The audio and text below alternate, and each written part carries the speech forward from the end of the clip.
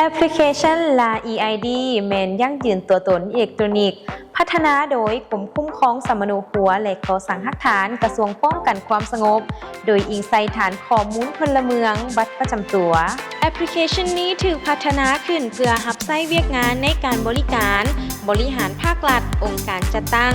หัวหน่วยธุรกิจบุคคลนิติบุคคลในการเฮ็ดธุรกรรมอื่นๆรับประกันความสะดวกว่องไวโปร่งใสและหันเป็นทันสมัยผ่านระบบออนไลน์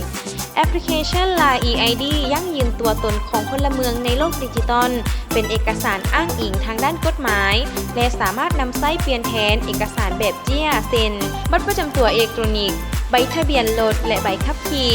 บัตรประกันสังคมใบยั่งยืนการเกิดใบยั่งยืนการแต่งดองข้อมูลการลงทะเบียนที่พักเสาและอื่นๆสิ่งนี้สร้างพื้นฐานให้แก่การพัฒนาพลเมืองดิจิตอลรัฐบาลดิจิตอลและสังคมดิจิตอลของสปป.ลาวพลเมืองแต่ละคนหรือองค์การจัดตั้งจะถูกสนองตัวตนดิจิตอลเพียงหนึ่งเดียวโดยอิงใส่การยั่งยืนกับฐานข้อมูลพลเมืองและบัตรประจำตัว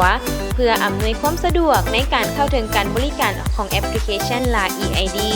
ท่านสามารถดำเนินการติดตั้งและลงทะเบียนตามขั้นตอนดังลุ่มนี้ท่านสามารถดาวน์โหลดแอปพลิเคชันได้ผ่านระบบปฏิบัติการ iOS และ Android สำหรับ iOS เข้าไปที่ App Store แล้วค้นหาคำว่า LA-eID สำหรับ Android เข้าไปที่ Google Play Store แล้วค้นหาคำว่า LA-eID กดปุ่มติดตั้งเพื่อเริ่มต้นการดาวน์โหลดลงในอุปกรณ์ของท่านขั้นตอนการลงทะเบียนนำไส้หลังจากการติดตั้งสำเร็จจากนั้นปฏิบัติตามขั้นตอนการสร้างบัญชีผู้ใช้ดังนี้เปิดแอปพลิเคชันเลือกเมนูลงทะเบียนใหม่ป้อนข้อมูลส่วนตัวตามที่ระบบกำหนดเช่นชื่อนามสกุลเบอร์โทรศัพท์หรืออีเมลสร้างรหัสผ่านใหม่เพื่อความปลอดภัยของบัญชีระบบจะส่งรหัส OTP ไปยังเบอร์โทรศัพท์หรืออีเมลที่ท่านลงทะเบียนกรุณาป้อนรหัสดังกล่าวเข้าในระบบเพื่อยืนยันข้อควรระวังเพื่อความปลอดภัยท่านควรรักษารหัสผ่านและรหัส OTP ของท่านไว้เป็นความลับสำเร็จการลงทะเบียนท่านสามารถเริ่มต้นนำใช้การบริการต่างๆได้ทันทีหลังท่านดาวน์โหลดติดตั้งแอปพลิเคชันและลงทะเบียนสำเร็จแล้วท่านสามารถผูกบัญชีใบอนุญาตขับขี่บัตรประกันสังคม